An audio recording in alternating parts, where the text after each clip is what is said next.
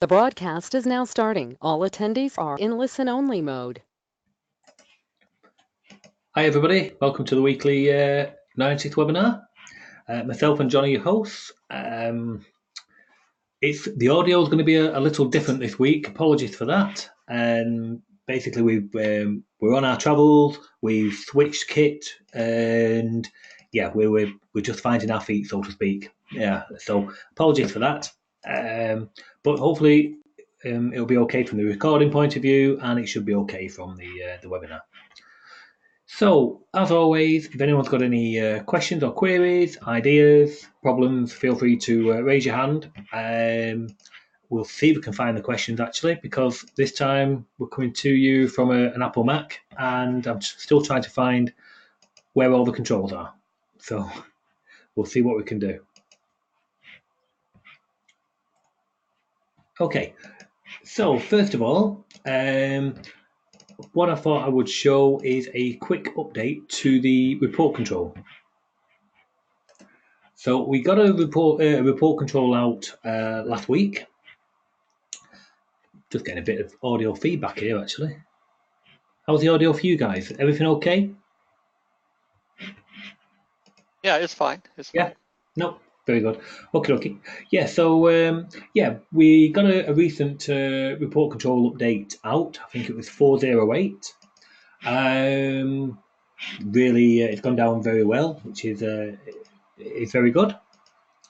But found one particular feature which it really could have done with, and it's really to do with the new data loading. So if I just compile the example.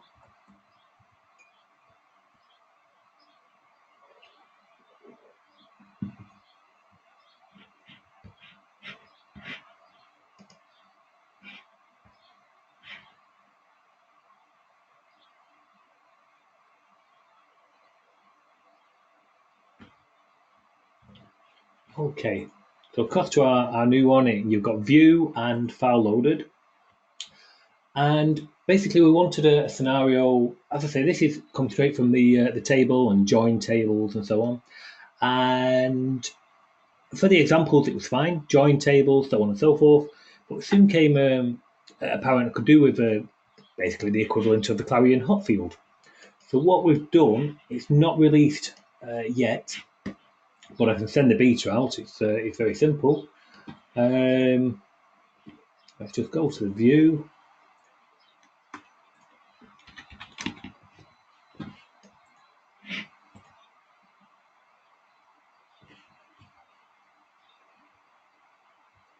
Something like this. There you go. If we go to our extension, just rearrange the tabs a little to give it a little more room. We've introduced. You've got your primary table, customers. You can, if you like, give it basically a key for your view, which it will go through in that order. Didn't have that previously, but you can do. And then obviously you've got an order for the and a filter for the view as well. So that basically is the equivalent of the where you do the set command. So if you leave it blank, it will go through in the default order of the order command. And if you don't leave it blank, it will go through in that order. I think it still takes the order command into account, but basically you've got either or both, should you want them. The join tables is still there, it's just moved to its own tab. And now you've got the hot fields. So if you wanted an extra hot field coming back from your data source, could be SQL, could be TPS, then it's basically just choose. Hang on a second. I just wanted to select, not add there. So customers, maybe the postcode, and that's it. So we've got hot fields in there as well. We look at the generated view of that, and just as you would expect, you would get that available to you. So there we go. That's put the hot field in for you of the postcode. that does mean, because basically the scenario which how it came about is I was using this, I was doing the equivalent of the set queue record. So in this, it's under data. For those who remember, set row content. We've got just a local column, if you will, in the list box, in the report control called random. So we set it to a random number. But I had a scenario where I needed to calculate a particular field depending on other fields from the view. And of course, they weren't hot fielded in, so they weren't available to us. So by far the easiest way was to give you the hot field facility. So you've got that coming your way. Interestingly, there was actually a particular issue in this embed point. So it's the set row content. It caught me out. We were doing some data loading from a large data set in an application, and it would GPF. And basically, we did some searching, and it came down to actual rogue data in the back end. So nothing to do with the products, that was fine, but there was some rogue data, and it was to do with single quotes, double quotes, and so on. So now those are escaped out. So they will. This does include a little fix as well for that. So if we have a quick look at the update history of this product.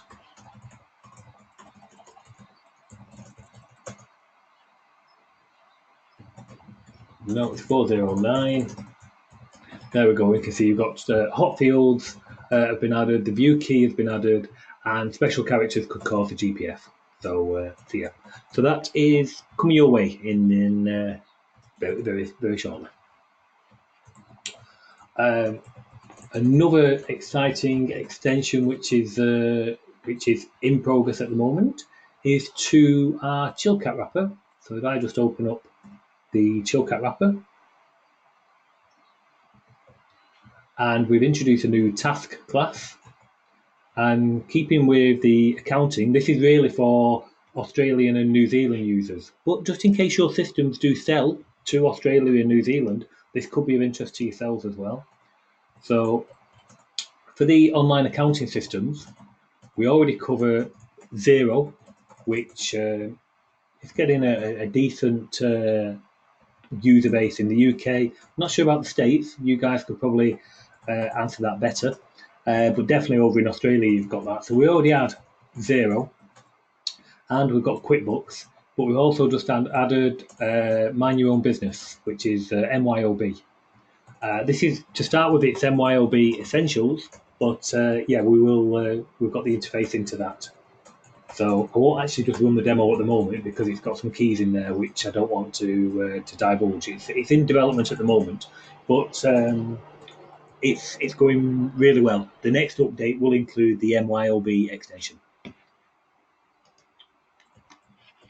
Okay, right, we've got a question. Pete asked, he sent an email, so I'll just do it over here.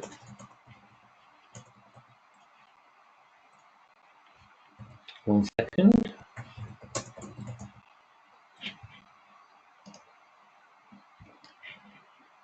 So Pete's asked, is it possible, if time permits, to make a small app to show how to use the calendar reminders with the Noyantis reminder window, but in the main? So add a calendar window, add a calendar window, and add the calendar to it, and show how to use reminders from the user startup. Okay, yeah, we can do that. Let me just get an example together here.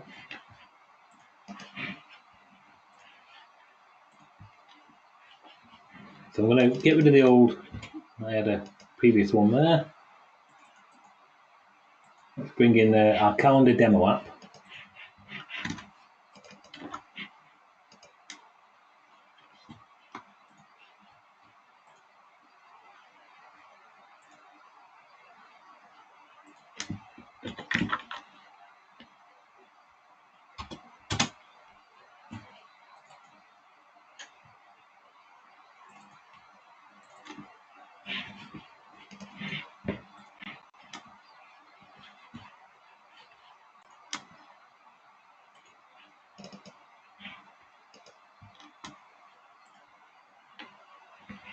Okay.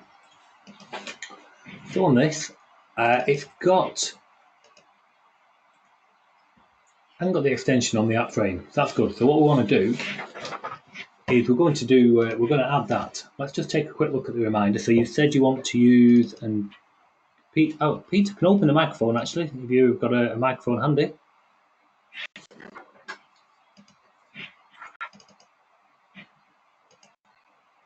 So I'm not sure. Should you are unmuted? Should you? Oh, sorry, wrong one. Just noticed we've got two Peters. Welcome to the other Peter. Okay, so we've got a Pete. Okay, you're unmuted. Should you? Yes. Okay, so you want to do the reminders on the application frame, but you want to use the Noyantis reminder window. Is that correct? That's correct. Okay, so let's take a look. Sure, I've looked at the demo, but I get a bit lost. Oh, sorry, say again. Of course, I have looked at the demo app, but I'm a bit lost there. That's no problem. We'll cover it now. That's no problem. So this is the standard reminders. We want to use the reminder window from ourselves. So we're just checking we've got some data. So we've got fire inspection, 6 hours overdue, and we'll change the time. We'll put Noyantis Usergroup meeting. We'll have that start obviously. UK time is 1600 till 17, give or take. We'll have a reminder. So technically, and we'll even change it to more like the Noyantis blue. There you go. So now we should get two reminders because that one is actually 15 minutes overdue. Yep. Started 15 minutes ago. So that's our reminder window. So we know we've got the data. So I'm going to go to our application frame first. I'm going to add the reminders. So you've got Noyantis Calendar Pro frame reminders. I'm going to add that. That's fine. We do actually happen to have a toolbar, so we'll make use of it. You don't have to. Oh, actually, no, I think you do for this. So we've got a toolbar, so we will actually make use of it. We're not bothered about the delayed start. Let's just go with nice and simple, easy working option. Go through the options. We're not really bothered about these options because it's non-visual. That does have an effect, by the way, of when you want to load. So we are going to load today as a default date when the calendar starts. Okay. Going to manually load the results. I'm even going to allow an update form, and you'll see why, and I'll explain why in a second. But we're going to allow an update form. The update events, you only want to do it event accepted. We're not going to allow new events because it's non-visual. We're not going to allow delete events. It's just the update event accepted. Yeah. Clear. Okay. Across, and we come to reminders, and we want to use the Noyantis reminder window. And this is where you can translate to your own wording and icons. I found it, yeah. Okay. So far, so good. Now we'll run. It won't do anything because it's got no data, but let's just run it anyway. Okay. What we're going to do now is I'm just going to quickly pinch a couple of the embed points from this into the same embed point on our application frame. Bear in mind, we've told it to load by default today. So we've got two appointments for today. Sorry, we've got two reminders, I should say, for today.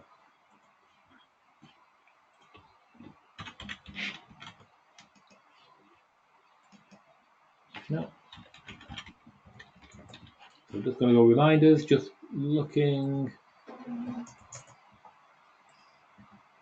There, that one. The main embed points we're going to want is our data loading ones. So let's take a look. We're going to go into here. We will want the fetch, so I'm going to quickly pinch that. In fact, to make things really easy, I'm just going to put them into text pad so I can keep bringing them back.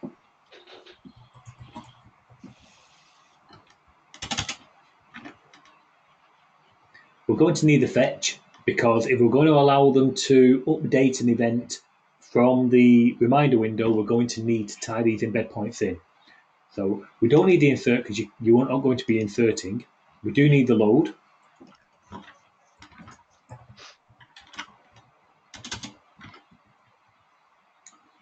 We don't need the prime because we're not inserting, but we do need the update.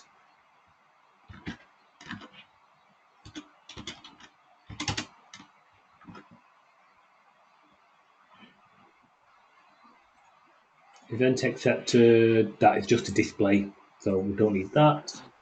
Moved, I think that's just a display, so we don't need that. That's just for demonstration purposes, so you don't need those. We don't need new dates because there's no visual date for you to interact with. There's no right click. We do need these two though. We need to sync from the calendar to the file, and then again from the file back to the calendar. So we're going to take that one.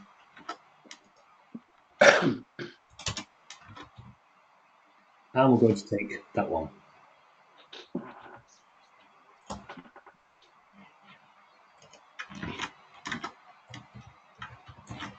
Okay. Seems a lot. Be better when we have the new automated loading for you, which is coming. So first off, we're going to need our events table. If we're going to be loading data, we definitely need to open the table. So we're going to need that. Go to our embeds. We'll change the class name just in case any of the embed code is using the actual class name. So let's just change the class name so it matches. Besides which, it's good coding standard.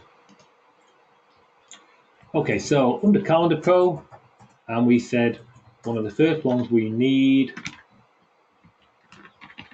is a fetch.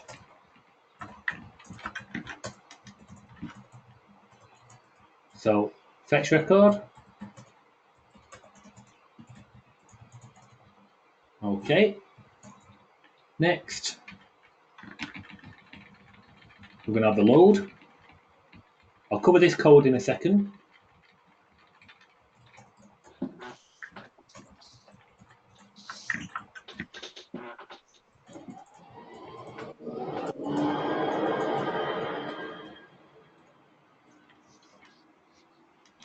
Okay.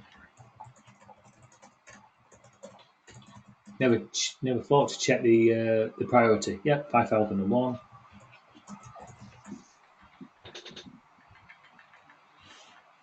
Okay, we have an update.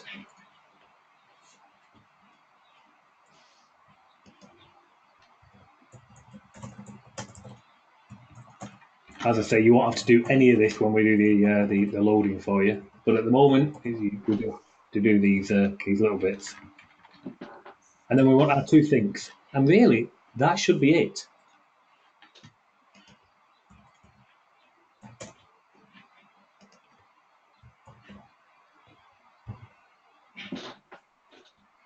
So from the calendar back to the file.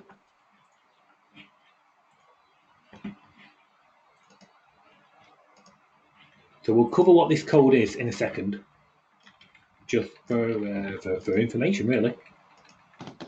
Yeah, but I see a big difference with what I'm doing is you put that in the frame and not in main, and that's my issue, I think. Oh, okay. The frame is not main. Main is further on in this case. No, we would want it attaching to the frame. Okay. Oh, and we can see I've just started the application, and immediately we can see we've got 2 reminders for today. Yeah. Okay. So let's just cover very quickly the content of those. But yeah, we've got this. I'll tell you what we'll do. We'll just change this and we'll open it, which should call our update form for us. We will just change its time. So let's say it was 10 past. And now it's gone to 13. Literally the minute changed, but it's recalculated accordingly. So the update works, the snooze will work, basically all of the elements will work. So you want it on the application frame, that's first and foremost. Now if we just cover these, if I run it, I can see here we've loaded data. So at that point we've loaded data. Let's look at our code, and that has done our loading for us. We've deleted what's currently there. We've gone through our table, and this embed point receives 2 dates, start date and end date. Now we told the calendar to go in day mode, today's date. So that's how it's found the 2 for today. If you told it to go in week mode and start last week to this week, then you would get a greater date range to load.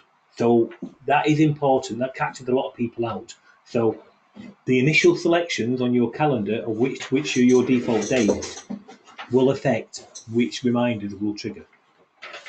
Okay.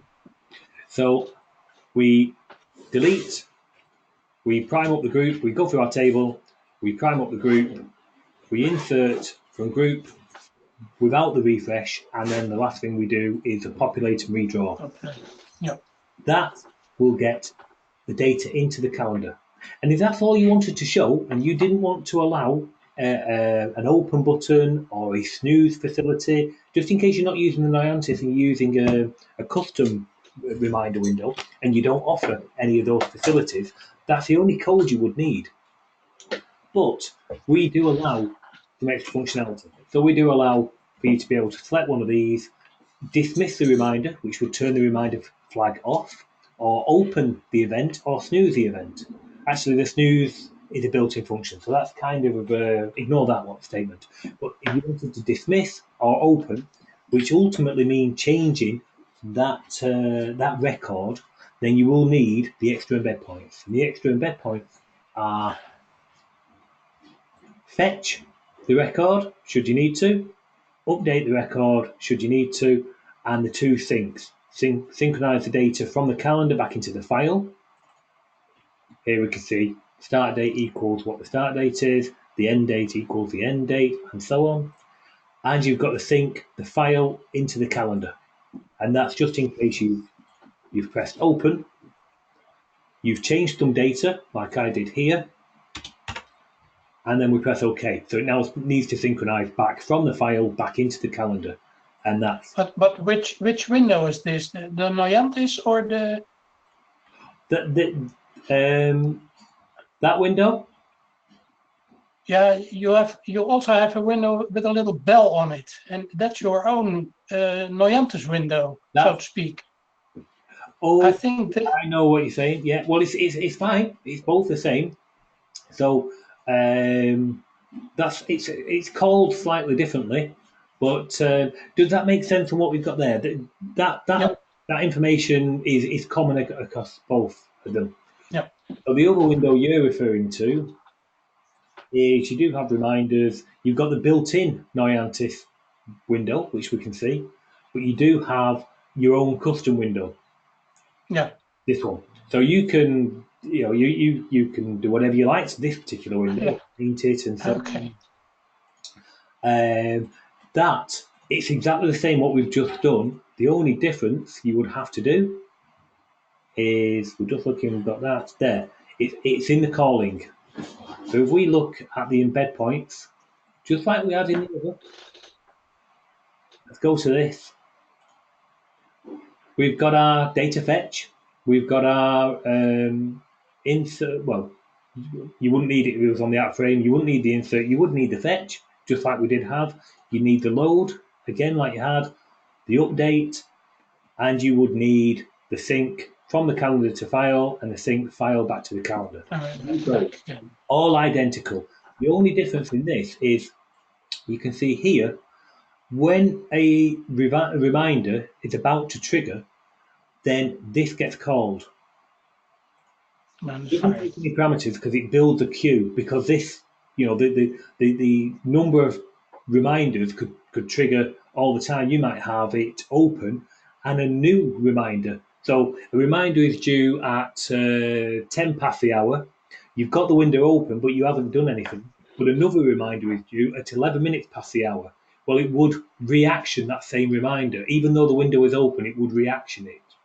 So you would want to basically to look at what reminders have been triggered, and that's a built-in queue. So if we look here, this basically has a thread of a window. So it says, okay, you're going to start your own custom window, and this is entirely up to yourself. So if it's not been initialized, it will start it, and if it has been initialized, it will just open it. Okay. Yep. Now, the extra parameters you'll need on that is the very first parameter I would pass across there is the address of the calendar class, because we need to get to that calendar class to get the data out of it, like the reminders themselves and the events. So you would want to pass the address of the class in. If it is already open, we just need to pass an event to that reminder thread, and we're going to pass open window, even though the window is going to be open. And that's because there's our custom reminder window. It has local data, so it's got its own queue of reminders, and it's got some snooze options. That's entirely up to yourself. That's however you want to program the window yourself. Going to take the address of the class, the calendar class, and then what this is going to do is it's going to declare a local instance of the class. So we're going to say, okay, we need a calendar class here. So reference a calendar class. It's got some local parameters, some local procedures. During the window init,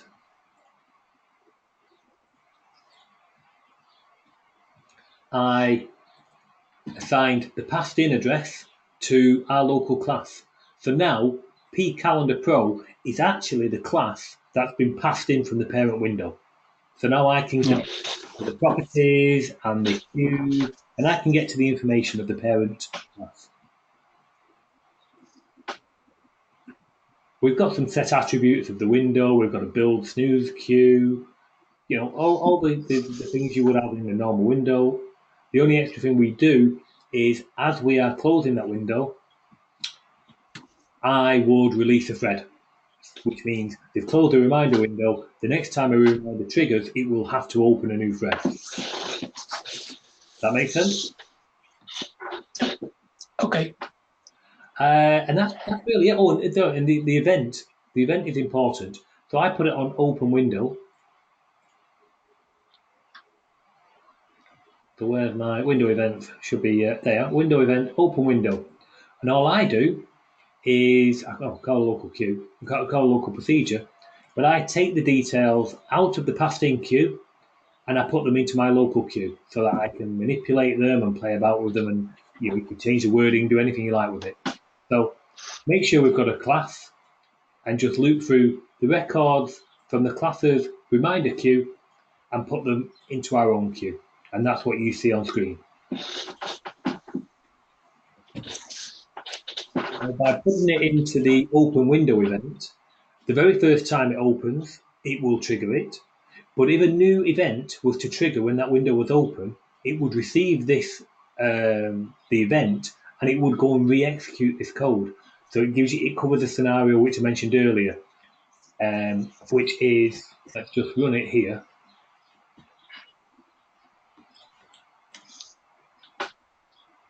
We've got that open, and I'm going to put a new reminder in, third event. Okay, I want it to action 16:33. No, 16:48 with a 15-minute reminder. I'll quickly get that in. Okay. I put the timing wrong. Sorry about that. Oh, wrong time. Let's just change that now. So 16:49 with a 15-minute reminder, which means it will trigger at 16:34.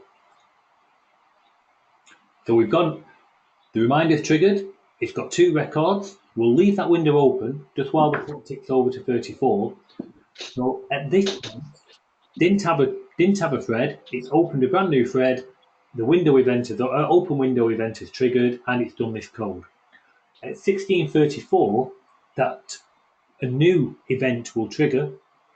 It will already have a thread open, so it will just post event open, window opened, window opened, whatever it is, to that same thread, which will then re-trigger the code, clearing the current queue, repopulating it, and redisplaying it.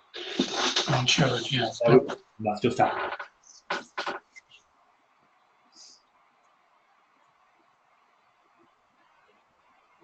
So a bit to cover there, but all the embed points that I mentioned earlier, they're the ones which are needed for both windows. So whether you're going with Noyantis load or with our load, or the custom window, the built-in Noyantis window or the custom window, you can you should cover those scenarios. Okay. Okay. Yes. I can zip this to you and send it to you if you like. Yeah. Can you run it again? Yeah. Now?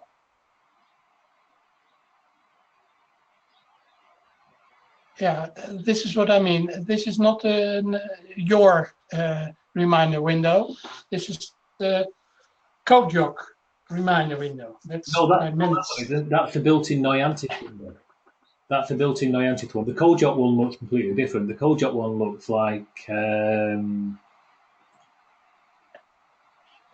that, which is different, believe it or not, because when you press open. Oh, okay. Yeah. I see the difference. Yeah. Yeah.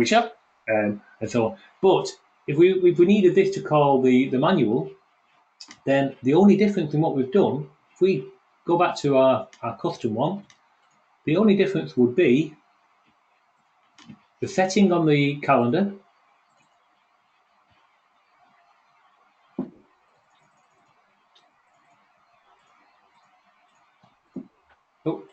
So that would be handle the events manually. Okay, because they are in use. You're not using CodeJock. You're not using the Noyantis window. You're using your own window. So we'll handle them. Clear. And manually will be that embed point there. Reminders fired. So I'm just going to copy that. I'm going to go to our application frame. Change this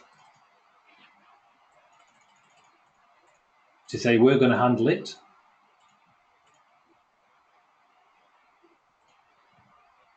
Okay. Custom. Okay. Yeah. And then we will go to the reminders fired embed point. Yeah.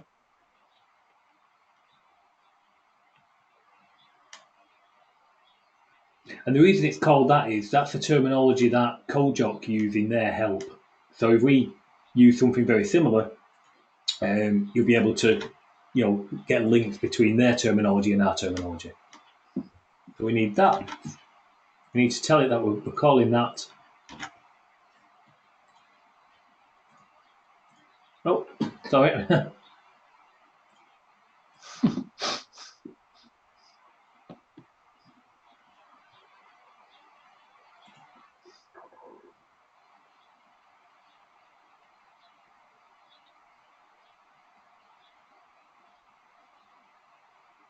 Now we get our custom one, and there's our event. Yep. Is that okay? Yes, sir. Thank you. Okie dokie. I'll zip that and I will send it to you straight at the end of the webinar. Okay. Thank you very much. No problem. Okay. Not seeing other questions, which, to be honest, is quite good. Well, I have just one because Yeah, well, 20 years ago when I began programming in Clarion, yeah, they made a main. And main is the spot where you have frame. And that's for me a bit, yeah, odd. I'm not sure, but you have a frame that's not main. Right, yes. Yep. Can you explain that? The frame and not main.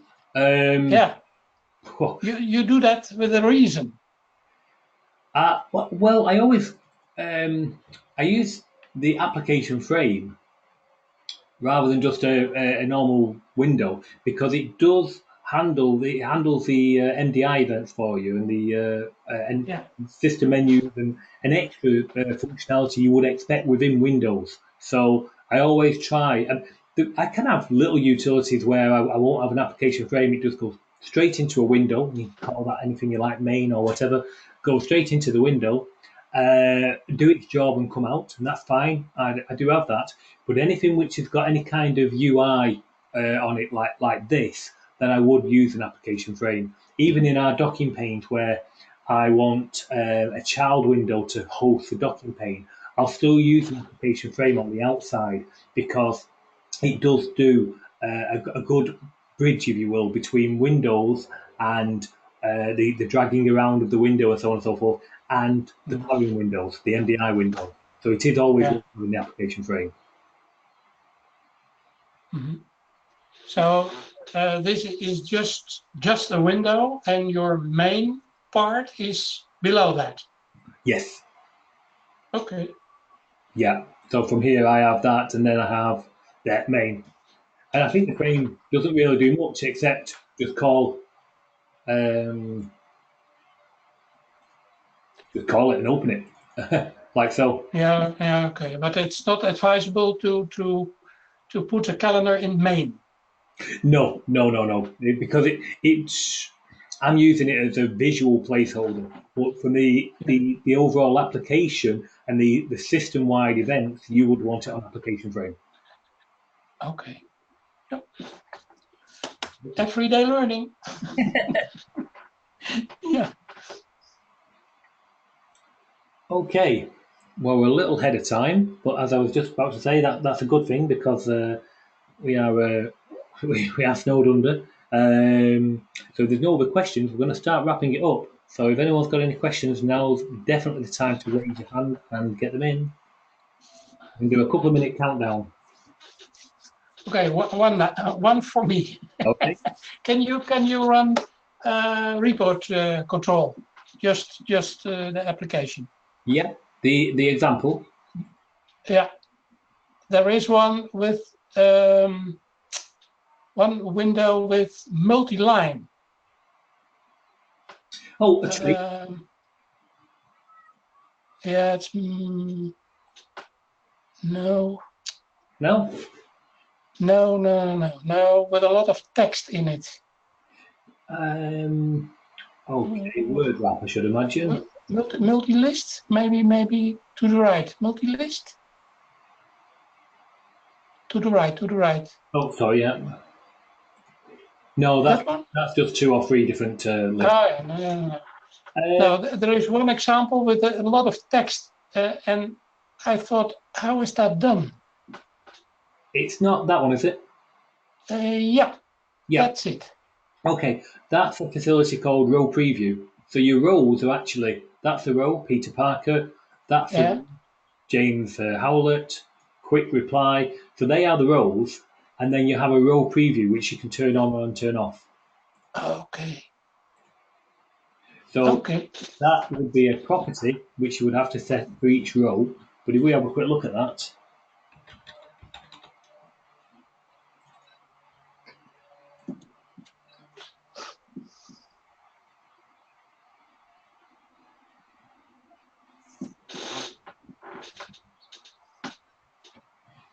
Under there.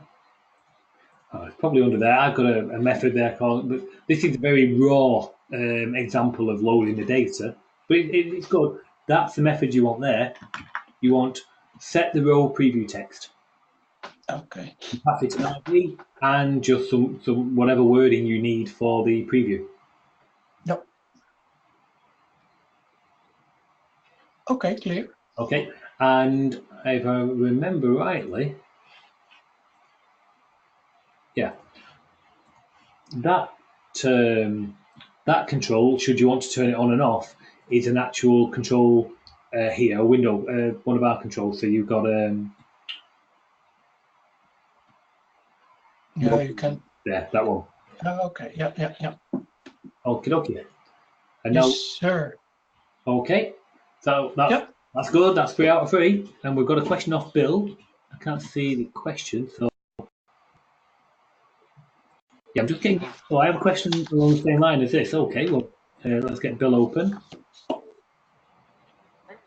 Hi, Bill. Good morning, Andy, and everyone else. Yeah, my question, I see what you did on that one because it was like a text box underneath. But I do have one browse that I was looking at converting over that's a multi-line browse. Multi-line browser? And Talk me through that. yeah, if you want to show my screen for a second, I can show you exactly what it looks like. Yeah. Well, I'm saying yes. As I say, we just switched over to Apple Mac. So Okay. we're getting used to the controls. So where are we? Wait, there you go. Make presenter. Should come to you now.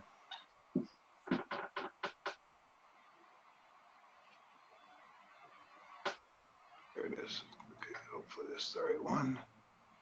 Come on, open up. Yeah, there we go. Yeah, and it would be, see how this is?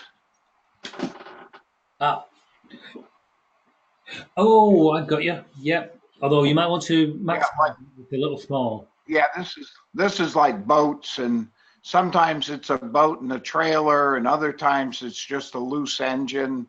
And then like this one's got a boat, a motor, and a trailer. Okay. And I